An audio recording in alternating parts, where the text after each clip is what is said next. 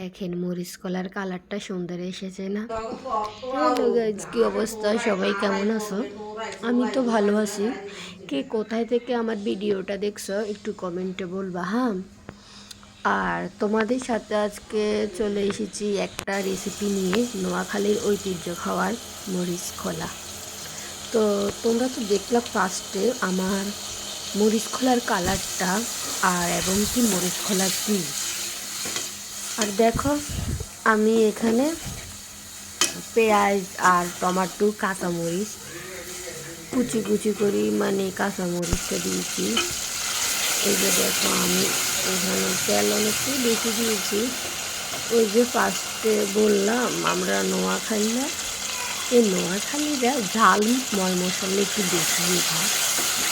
আর আমরা ওই যে এক তরকারি যা ময় মশলা দিই না, অন্য এলাকার মধ্যে ওরা 2-3 তরকারির মধ্যে এই মশলাটা দেয়।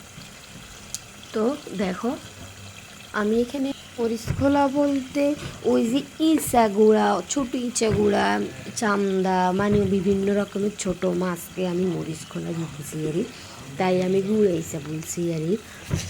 এই যে দেখো মরিচ আমি কয়েক চামচ দিতেছি। আমাদের মরিচগুলো না রং অনেক, ঝাল কম একটু, বাট আছে, এতটাও ইয়ে না। আর এখানে কাঁচা মরিচটা আমি আমাদের ক্ষেতের থেকে দিয়েছি, গাছের আরই একটু কুচি কুচি করে দিলাম।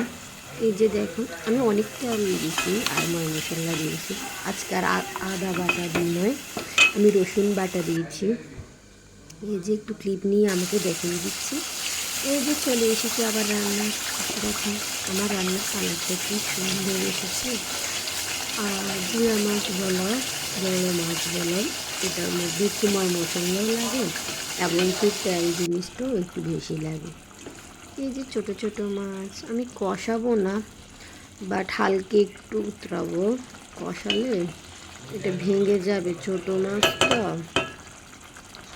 এই যে দেখো, এখন আমি ঢাকনা দিয়ে দিব। এর ফাঁকে ফাঁকে একটু হালকা হাতে নেড়ে দেবো। এই যে দেখো, একটা সুন্দর কালার এসেছে। তো তোমরা তোমাদের কোন কোন আঞ্চলিক ভাষায় একে কী বলো আমাকে কমেন্টে বলবা। এই যে আমি আমাদের ক্ষেতের অনেকটা ধনিয়া পাতা দিয়ে দিচ্ছি। আমার ভিডিওটা যদি তোমাদের ভালো লাগে একটা কমেন্ট করবে, লাইক করবে, ভিডিওটা বেশি বেশি করে শেয়ার করবে। দেখো তোমরা কি কোন নামে এটাকে বলো আমাকে কমেন্ট করবে, হ্যাঁ। আর খেতে না এত মজা হয়েছে, আমাকে এটা দিয়ে এক প্লেট ভাত খেয়ে ফেলছি। রাত্রে আবার যখন ইডলি করতে বসছি তখনই আমার আবার খেতে মনছে। আমরা তো শহর এলাকায় থাকি, এই কারণে আমাদের থেকে এটা অনেক ভালো লাগে।